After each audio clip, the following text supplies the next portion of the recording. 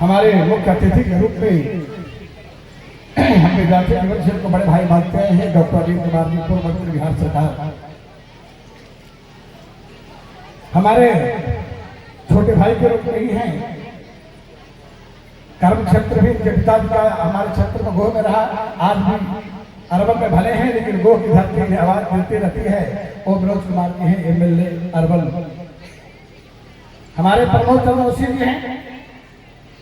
लगता तो है कि हम लोग बहुत कम काम कर रहे हैं लेकिन ड्राइवर हमको गार्जियन सबसे संबोधित करते हैं और कहते हैं हम आपके छोटे भाई हैं।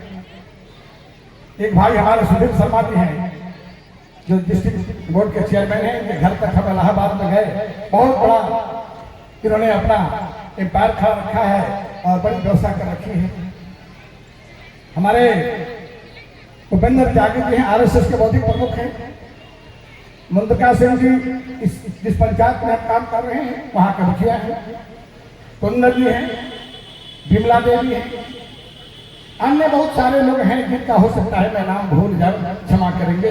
मैं सबको अपने और विद्यालय की तरफ से हार्दिक अभिनंदन करता हूं, नमन करता हूं, वंदन करता हूं, आदाब करता हूं, सलाम करता हूं।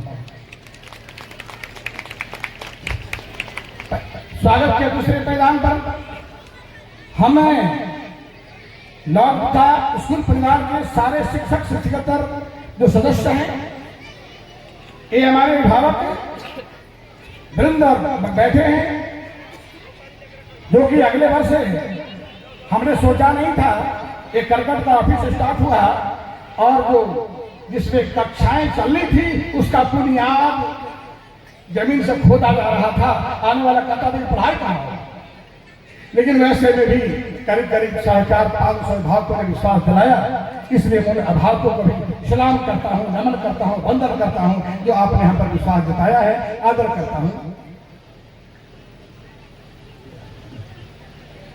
स्वागत के तीसरे मैदान पर हमारे नन्हे मुन्ने जो बच्चे हैं, लाडूसा परिवार की तरफ से हम इन्हें शुभकामना देते हैं, मंगल कामना देते हैं और एक बेहतर जीवन के लिए हम ईश्वर से कामना करते हैं। स्वागत के चौथे मैदान पर प्रजातंत्र के चौथे स्तंभ भी हैं जिन्हें कहा जाता है, वो हमारे पत्रकार बंधु बैठे हैं। इन्हें मैं अभिनंदन करता हूं, अभिवादन करता हूं, नमन करता हूं। क्या आप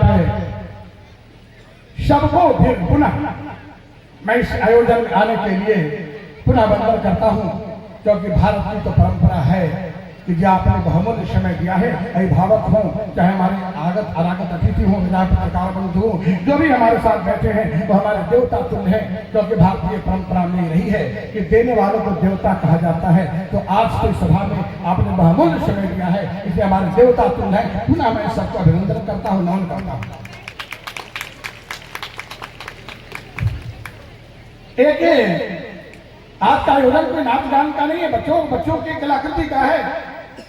लेकिन एक समारोह हम इसलिए बुलाते हैं कि शिक्षा जैसे जटिल कार्य है, इतना कठिन कार्य सोशल मीडिया के आगे आने से, टेक्नोलॉजी को आगे डेवलप करने से आज और न जाने हम लोग जैसे कि दिल में तो कहीं ना कहीं टिप्स जरूर होता है कि आज बजारीकरण और उदारीकरण की प्रबंधन नीतियों ने, उदारीकरण और बजारीकरण के प्रबंधन नीतियों ने आज शिक्षा के पंख को कुतर रहा है। वैसी स्थिति में कहीं न कहीं आज हम चुप रहे, रुक रहे हैं। आज समाज को सोचना होगा, करना होगा। शिक्षा एक ऐसा विषय है जिस जमाने में हमारे 5-10% लोग शिक्षित होते थे, कम लोग शिक्षित होते थे। उस दिन समाज का ताना बाना इतना बेहतर था। आज जैसे जैसे शिक्षालय बढ़े, शिक्षाविद बढ़े, कॉलेज बढ़े, विश्वविद्यालय बढ़े, पढ़ने वाले बढ़े, पढ़ाने वाले बढ़े, समाज जैसे जैसे शिक्षित हुआ, अगर शिक्षा का बेहतर काम है तो परिणाम भी समाज में बेहतर आना चाहिए था। लेकिन आज हम जैसे लोग को शिक्षा के क्षेत्र में काम करते मन में दर्द कहीं कहीं पैदा जरूर होता है, क्योंकि शिक्षा मेरा पैसा नहीं, प्रोफेसर नहीं। अभी एकदम बताया कि जैसे जैसे समाज शिक्षित हो रहा है वैसे वैसे हमें बुद्धिमान के बदले चालाक होते जा रहे हैं।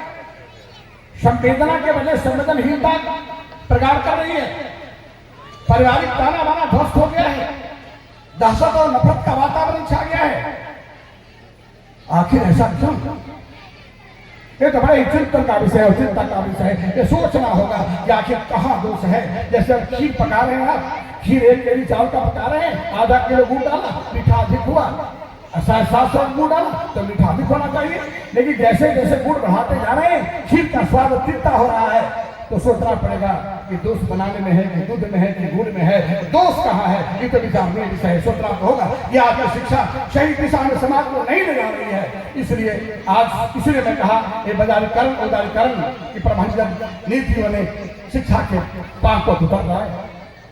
लोग स्कूल परिवार सदैव से इस बात को बल देती है कि आप कलेक्टर और IIT इंजीनियर और बहुत बड़े फिलोसोफर नहीं पैदा कर सकते हो, लेकिन आप एक सही इंसान जरूर पैदा करें, एक स्थानीय जरूर पैदा करो। आज शिक्षा जगत में मैं घेर रहा हूं तो अनुभव बता रहा हूं, अभिभावकों के लिए कुछ बुलाता हूं, अभिभावकों इसलिए मैं बुलाता हूं एक बार कि ताकि अपने मैसेज करूं, शिक्षकों के साथ हम लोग साथ तो बराबर संवाद होते रहता है कि आगे खास करके शैक्षणिक व्यवस्था नहीं, आज बच्चों के अंदर शिष्टाचार का भाव होता जा रहा है।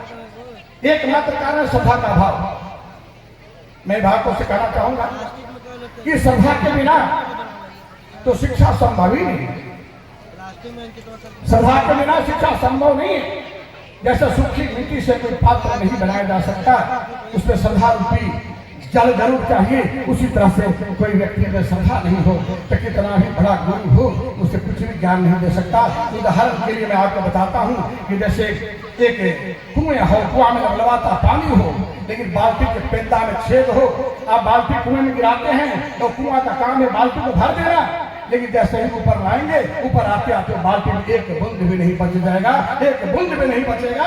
उसी तरह से गुरु लाख दे दे, लेकिन शिक्षक के उनके अगर बच्चों में श्रद्धा का अभाव जो है, श्रद्धा पैदा करना अभिभावकों का काम है। अगर श्रद्धा नहीं है तो कुछ भी नहीं रहेगा, कुछ भी नहीं रहेगा, कुछ भी नहीं रहेगा। इसलिए महापौर से बड़ा अभी हाजिर हो गया 10,000 से औरंगाबाद में ज्यादा लोग थे। मैंने इन बातों को कहा, सब लोग ने विशेष किया बातों को कि आप श्रद्धा पैदा करें। आज वो स्थिति बनी है परिवार में। मैं एक दूसरा उदाहरण आपको समझने के लिए दे सकता हूँ। उदाहरण तो सकते हैं, समय हम नहीं दे सकते उतना कि महाभारत काल में आपने देखा होगा कि द्रोण ने पांडवों के लिए गुरु थे और कौरवों के भी गुरु थे। एक ही पाठशाला, एक ही गुरु, एक ही चैप्टर, एक ही पढ़ाई, सब कुछ है। लेकिन कौरव गुरु द्रोण को राज्य सरकार का, अपने